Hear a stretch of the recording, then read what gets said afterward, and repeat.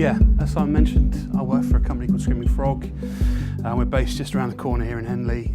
We do kind of search marketing, so SEO, paid search, content marketing, a bit of digital PR, that kind of thing as well. And I'm going to talk a little bit about personalisation through the lens of SEO. So I'm hoping that everyone kind of has at least a little bit of an idea about what SEO is and how it works. But anyway, there's some really exciting changes that are happening that Google are making to their search results that are kind of affecting the way we look at the search results and the different kind of results that people are getting, depending on their location and lots of other kind of parameters. So I'm going to start off with a kind of history lesson though. This is a search result from, I think it's 2010. It's an American search result for the keyword flowers, so quite a high volume, high value keyword. And it's a fairly kind of typical looking search result that you would have seen, 6, 7, 8 years ago. You've got paid results at the top, paid results on the side, and then obviously this kind of main area in the middle, which is the organic results, the SEO, the free traffic essentially. And if we look at the kind of results that are being served there to users, it's kind of really big brands, 1-800-Flowers, FTD, which I think is US's brand of Interflora, so quite a big brand. You've got a Wikipedia link and some other big brands and stuff. So this is kind of a very, very typical search result you would have got a few years ago. I deliberately picked a US search result because really back then the only level of personalisation that you got was a kind of geo-targeting level, a country level essentially. So there was nothing to do with your location, where you were based, whether you're in New York or Los Angeles, you probably would have got something that looked a little bit like this. And if you fast forward to today, you see it look very, very different. So this is a search again for flowers, just from our office in Henley. And it kind of looks very different. So you've got paid ads at the top there. They're obviously a lot more sophisticated than the ones in the previous slide. You've got Google shopping results here. These are the shopping results here. And then you've got the map listing. So the reason why this is quite zoomed in is because it's everything that's above the fold on my desktop screen at work. So you actually don't get any organic stuff until you start to scroll down the page. So that's already an indication that things are very, very different if you compare that to the previous slide. And it's even more exacerbated on mobile. So this is a mobile screenshot of if you search for flowers, again, you get shopping results, one paid ad, and that's basically it. So if you scroll a bit further, this is the bottom of that map listing. And then we start to get local results here. So you can see immediately these are all local Henley businesses. There's one result for Interflora, but it's not their homepage, it's their Henley on Thames page, so the deep location page. So this is a big change, obviously, from what we've seen previously. Google are now starting to serve local results, or local businesses. They've understood that flowers as a search term is people looking for local delivery services, so people local to them, local businesses. So this is the kind of the tipping point, really, of some personalisation. The same is true if you search for Plumber. Again, you get map listings with local businesses in them. You get the Check a Trade Henley page, you get the Yell Henley page, you get a couple of local businesses. So very, very different. So things have kind of moved on quite a way. And that really kind of started back in 2012 with an update. So Google have lots of these algorithm updates essentially that they put in place. And they call them lots of different strange names, Venice pigeon, there's things like panda, penguin, ridiculous kind of names they have. But in 2012, the Venice update was really the start of them starting to localize search results. So this is a screenshot of just after when that was put in place. Someone searching for Italian lessons in Manchester, and you can see that Google basically pick up their location based on their IP and have started to pull in local results. So you've now got Manchester businesses, you've got a map listing here of local businesses that provide Italian lessons. So that was a really, really big change. And then a couple of years later, they launched Pigeon, which is again a kind of similar update where they brought things further even forward. So why does it matter? So obviously there's a really big change and people need to start to kind of pay attention if they're not already to local search results. And if you're a local business that operates in one location, your homepage needs to kind of target the various, the location that you operate in. If you're a business that has, lots of shops all over the UK, or you're a service business that has lots of engineers operating in lots of locations, you need to have pages that target each one of those locations, basically. And I just did a quick example of a client of ours, Nuffield Health. who started working with us a few months ago, and essentially none of their location pages were really ranking for anything. And for a business like theirs, which is very location based, if you search for local gym or local knee replacement operation, it's local pages, local hospitals, local gyms that rank. And they didn't have any of these pages. Well, they had the pages, but they weren't set up correctly. They weren't linked to internally. They were duplicated. They were thin in content, and they had lots of problems essentially. So we helped them fix those problems, and they started to rank a lot better. This is a visibility graph which kind of shows, estimates traffic essentially based on rankings and search volume of keywords. So, a really, really big improvement. And as well as obviously seeing that nice improvement, those pages are also more relevant to users as well. So if you're a user searching for a local gym and you land on the Reading gym page, then you're more likely to convert than if you land on the home page, which obviously is not such a good sort of user experience. So that kind of worked nicely. In terms of best practices, so I'm not going to run through all this stuff, but it kind of starts really with building really, really good location pages. So then they can't be templated, they can't be duplicate content. You need to really put the effort into building relevant, locally focused content that's going to talk to the users in those locations. You also need to make sure those pages are linked to correctly internally and some other technical stuff as well. But it really starts with that content. That's really, really important. In fact, there's tons of stuff that's kind of relevant to that. To kind of performing well locally, and this is obviously a screenshot of someone else has made this. I've just completely ripped this off, but it's really, really good, and it kind of tells you all the stuff. There's internal linking stuff, there's technical things in there, there's content things. You need obviously have good links going to your website as well. So that's a really good screenshot. It's done by a company called Moz in the States, a software company, do lots of SEO and marketing software. They also do a yearly survey with experts where they kind of ask them, what are the important things to rank well in terms of local search results, and they do this. So this is really, really good to look at if you're looking to try and rank well for local search. So location is really one of kind of a number of factors that go into personalisation. So I listed some down the left there. Google look at all these things now in terms of what results they deliver to you. So your device, your browser, what time of day it is, that kind of thing. And I've always really liked this example here about them breaking it down now between the explicit search query and the implicit search query. So what you actually want from the words you're typing in. And Google are getting really, really good at understanding like the difference there, and that you're not just typing in London tube stations. You're now you're an iPhone user, you're using Safari, you're in a pub in Islington after work having some drinks, and you're looking for the nearest tube station to where you are to get home that night. So they understand this stuff because they essentially have that data to know that, and they look at click-through rates and user engagement signals to really know what users want from search queries. So they're getting better and better at that kind of stuff. And they're also providing more information to users in the search results. So now they have things like the knowledge graph. So you'll see like kind of pop out boxes and stuff about companies, entities, and you can type in local weather and you get the weather at the top of the search result. If you type in a question, it gives you these answer boxes at the top. So they're personalising the search results to give users information even before they have to click on a search results. That's a really big change. And there's a quote here by Sergey Brin, who's one of the Google founders, saying that he had a vision that 15 years ago that eventually you wouldn't need to type anything into the search results and you just get information coming to you. Now, I don't think that's necessarily realistic, but it gives you an idea of kind of where they're headed anyway. And I think part of that is because they're a little bit worried about their future.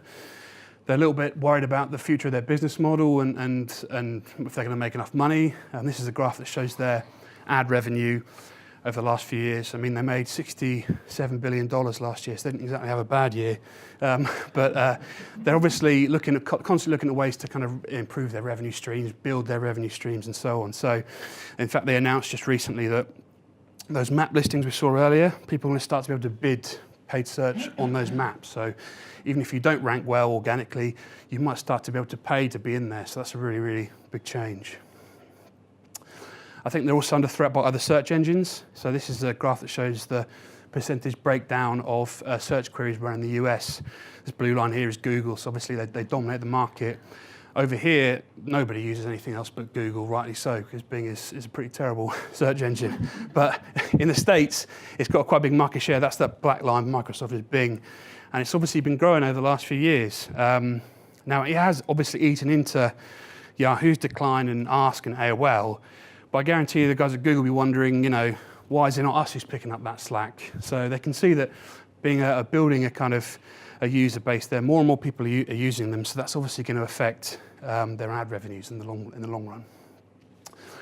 It's not just search engines, I think, that are putting them under threat. Obviously, there's other platforms and channels that are doing that. Facebook's obviously a big one. I think they've got $1.5 billion active users at the moment, Facebook. So a pretty big user base, and obviously they have the added benefit of if someone searches something in there, then you kind of get recommendations from people that you know, friends and family, that kind of thing, which acts as a nice little trust signal to users. Obviously, Google don't really have that. They tried to create that with Google+, but obviously it didn't work because it's pretty bad. Amazon, Apple, more people using apps. So all these things are kind of going into the mix for things that are putting them under threat, which is why I think they're going this direction, which is machine learning and artificial intelligence. So this is RankBrain. This is a new component they launched their algorithm. It didn't replace their old algorithm, but it's just a kind of new part of it, a new machine learning, artificial intelligence, which effectively kind of learns what users are doing and what users are engaging with as it goes, and they're constantly improving it and refining it as it goes. So this was launched in October last year. And actually, they made an announcement just recently that it's now being used in every single search query that's made, and it affects ranking on lots of them. I don't know what lots means, but 6 months ago that was 15%. So it gives you an idea that they're putting more and more stock into this kind of thing, and really trying to understand what users are doing. And something else I've stolen is this graph here from a guy called Rand Fishkin. He works at Moz. That's a really good presentation I saw him give. You should go and check this out, where he talks about optimizing for two algorithms essentially now. So the stuff on the far left there is the kind of classic on-site SEO stuff that we're used to kind of optimizing for, targeting things correctly, correct keyword research, making sure that things are crawlable and indexable by search engines, that kind of thing. And that stuff's obviously still important. You still need to put that stuff in place. But there's this whole new set of kind of search outputs, he describes them, of other things that Google are looking at. So click-through rates from the search results, things like return to search, pogo sticking, some people call it. So if you run a search, go onto a website and then immediately come back out to the search results, that's obviously not a good signal as far as Google's concerned, because it's telling them that your website's not good, it's not actually delivering on what you're trying to achieve. So things like task success rate and other user engagement signals, bounce rate, dwell time. I think these are all kind of things they're looking at. And if you don't kind of pay attention to this stuff, I think it's going to be difficult to perform in the future for Google anyway. And that's it. So anyone got any questions? I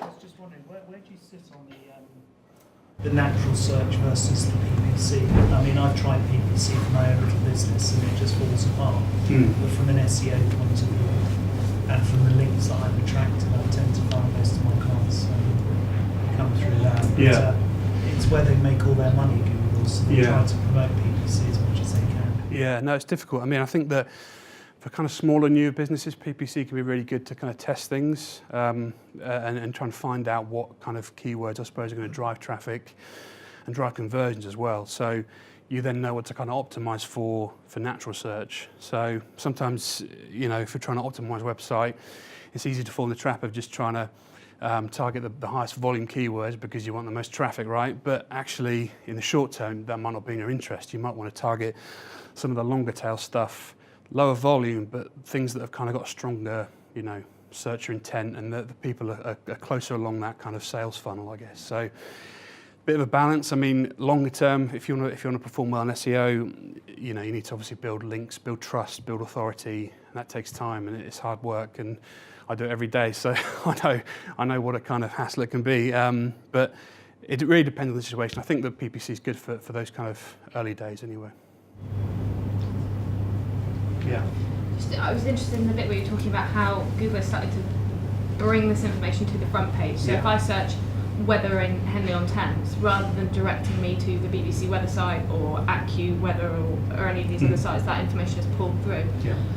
Is there a possibility that that's going to have an impact on their ability to sell services to these same people, or be able to kind of encourage them to put any money into Google? Because if they're essentially using the rest of the internet as source material for their front page, it's not giving many people much of an incentive to spend. Yeah, that's a good point. I mean, they have done things that are almost a kind of go-between. They had these product comparison tools for things like mortgages, and I think they even got the one for flights and stuff at the moment. So I think that's like kind of almost like an affiliate deal where you pay to be included. So you kind of get that top of the page visibility, but you're paying in some way to be there. So, I mean, it's definitely going to affect things. The more things they put, at users' fingertips at the top of that search result, certainly we've seen that from organic, affecting traffic levels.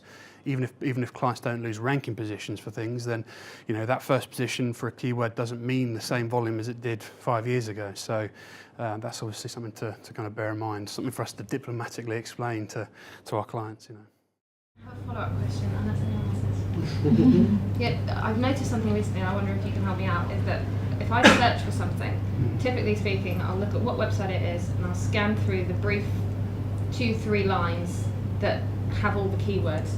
The answer is never in those 2-3 lines. You have to click through. Is that something that's done? Do you mean in the search results themselves? Yeah, in the search results when they come, you'll have title of the website, lines where your keyword is in bold multiple times, but it also always dots just before it gets to the answer to the question that you've typed. Well, it's interesting. I mean, so that little snippet is the meta description normally, which is pulled from the page, and again, that's something as SEOs we optimise, so we try and encourage people to click through. So it's interesting that you've almost had that's almost a kind of reverse psychology, like they're giving you enough information but not enough information to tempt you, but not all the information, I guess. So we try and encourage click through, so calls to action and stuff like that in there. So that'll be very deliberate, I guess, what's in those boxes. Sometimes Google don't actually pull what the meta description is. They might pull something from the page randomly. They do almost run their own little tests, as and when they like. So tricky. I have a question around. So have you guys noticed a massive change in since the kind of social media channels, and have you noticed how that influences organic SEO? And does it help? Does it actually not help, or is it useful to kind of run them together? Yeah, it definitely can be. I mean, at the moment, social signals, so if you have a page that has lots of likes or tweets, they don't directly really influence ranking position. You can get things kind of ranking for a short term if it's something really topical. I saw an occasion even yesterday, I'm sure everyone saw Donald Trump's wife play-by-play of Michelle Obama's speech a few years ago. So his tweet, Donald Trump's tweet that he made 8 years ago after Michelle Obama's speech, saying what a great speech it was, started to rank in the search results for his name. So it was a brilliant example of what you can do. So so they don't have a direct correlation at the moment, because I think mainly because Google know that it could probably be influenced. I mean, you can go and buy 5,000 likes on Fiverr right now for £5. But generally, social obviously can be really useful for SEO. If you're doing a campaign or if you're doing outreach around a piece of content, if you can get influencers to tweet it and share it, you can get pickup from that. Other people then sharing it and linking to it. So you can kind of have an indirect benefit at the moment, anyway. I heard that Google actually will give you a higher ranking or a lower ranking, depending which way you look at it, if you do or don't have a mobile optimized site. So what's your view on mobile sites versus traditional sites? That's true. They have essentially now separate ranking algorithms for mobile and desktop. So if your website isn't mobile friendly, then you won't perform as well in the mobile search results. It shouldn't make any difference in the desktop search results. Obviously, if you have a lot of users on mobile, and obviously more and more people are using mobile, it's something to think about, definitely. The best practice is to have a responsive site. So it will just obviously adjust to the tablet sorry, someone just, I'm being chucked off the stage. Where was I? So yeah, a mobile responsive site, so it adjusts to the device, but the pages don't change, the URL structure doesn't change, that kind of thing. Obviously, the other alternative way of doing that is having like a mobile website like m dot your domain, or you might have your domain /m as like a mobile subfolder or something. So if you're in a business that has a kind of I guess a younger demographic, there'll be more people searching on mobile. It's definitely an important thing to look at because you won't perform as well in the mobile search results. Yeah, it kind of goes on from this point about obviously page speed is a massive ranking factor. But do you think that Google will ever build in sort of the AMP articles that we're seeing on mobile searches? Do you ever think that that's going to become part of the mobile algorithm? Because I don't think it is at the moment. No. I mean, it could be. And obviously, you see those, AMP results right at the top of the search results. So if you're a publisher, if you publish lots of content regularly, then if you're not doing that already, then you're probably already way behind. So news websites and stuff, that's really, really big for them. It could well become part of the ranking algorithm. It's possible. If there's a way that Google can make money from it, then possibly. Yeah. You said that locations are very important in SEO. If you don't have a website that has a location, like an advertising site or something like that, and the content is basically dynamic because users submit content, how would you do the SEO? Where would you look to improve your descriptions? I mean, I think user-generated content can be really good. Obviously, you need to be able to maintain it and edit it, otherwise it can kind of get out of control a little bit. So, but if that content's been put into the page and it is unique and it's relevant and it's kind of locally focused, then that can work. I would probably advise on keeping something like that separate into a forum or community or some way, and just keep the main part of the website focused on the business, the product, the services, and have relevant location pages on there to target users in whatever locations that you're operating in. The really important thing is to make those pages unique, essentially. It's only very, very rare cases can you get away with kind of templated location pages. It's really, if you're a very big brand, then Google will kind of have a lower threshold for this kind of thing, and they'll let you kind of get away with a little bit more. But for most people, you need to put that kind of time and effort into those pages. So you can do certain location for different pages on your website? Yeah, I mean, it depends how kind of granular you want to go, but if you operate across the southeast of the UK and you wanted to hit big markets, you would need a page for each location, basically. But you need to put the effort into creating good content for those pages, not just set them up for search engines. They've got to be there for users as well. So on that basis, are you saying if your website's already been built in terms of the primary navigation, would you therefore then say that location-based articles probably best featured in your blog? Probably not, no. So that example of Nuffield Health I showed, that's a really good example because they had lots of really good content, but it was mainly internal linking issues. So if you're going to create location pages, obviously it depends on how many you're going to create, but really you want to have them linked to site-wide. So from a navigation menu, from a footer, so they're linked to on every page. Because you could put an internal link into, sort of well-visited pages. Yeah. Within that, you could still surely create articles within your blog section. There's nothing stopping. No. I think that if you have, blog pages to link across to those locations where relevant, really good idea, definitely, yeah. Any more? Any final questions before we Yeah. What's your take on Microsoft's takeover of LinkedIn and how that might relate to SEO for a B2B business? I mean, I think that, as I say, at the moment, social signals, they're not going to be counted in terms of ranking. So I don't necessarily see a big change in that sense. But obviously, they can be really good. It can be a really good place to amplify content that you've made, or if you want to appeal to a certain marketplace, LinkedIn's obviously really good for that, especially for B2B. We create lots of content for clients that's kind of business focused.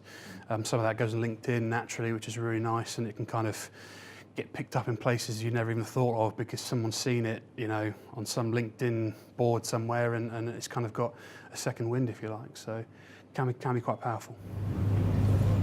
So do you classify search outside of Google? It's not necessarily just Google, it's any entity. Yeah, I mean, myself, we obviously I focus really on the search engine stuff, but obviously, yeah, I mean, social media, yeah, I mean, we have obviously paid social as well. That's obviously with search as well. So yeah, we cover the whole remit really. Great. Thank you, Patrick. Cool. Thanks, guys.